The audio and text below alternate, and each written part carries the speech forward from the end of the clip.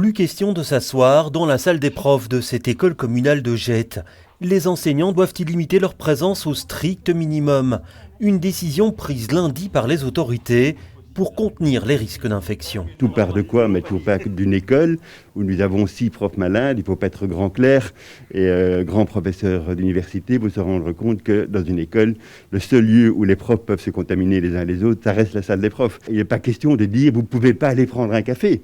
Il est question de dire vous n'avez pas à traîner à 15 pendant 1h30 sur l'heure du midi entre vous à manger vos petites tartines et à discuter entre vous dans un lieu confiné, fermé, fenêtre fermée. Une mesure qui s'ajoute à beaucoup d'autres déjà prises. À l'école Van-Helmont, il n'y a d'ailleurs eu aucun cas de contamination d'instituteurs depuis la rentrée.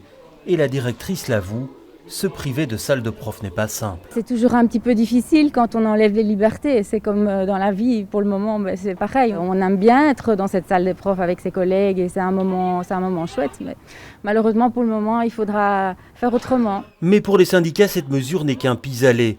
La CSC Enseignement Bruxelles réclame des dispositions spécifiques à l'échelle de la région pour les écoles maternelles et primaires. Soit on revoit les conditions du code couleur et on s'accorde sur une alternance de présence à l'école, ça va permettre de désengorger non seulement les transports en commun bruxellois, les cours de récréation, les locaux qui, je rappelle, sont quand même exigus à Bruxelles, les salles des professeurs, puisqu'il semblerait que c'est là-bas qu'il y ait des clusters. Il y a vraiment des mesures qui sont à prendre. Un plan indispensable selon la CSC pour soulager des enseignants dont certains sont déjà au bout du rouleau.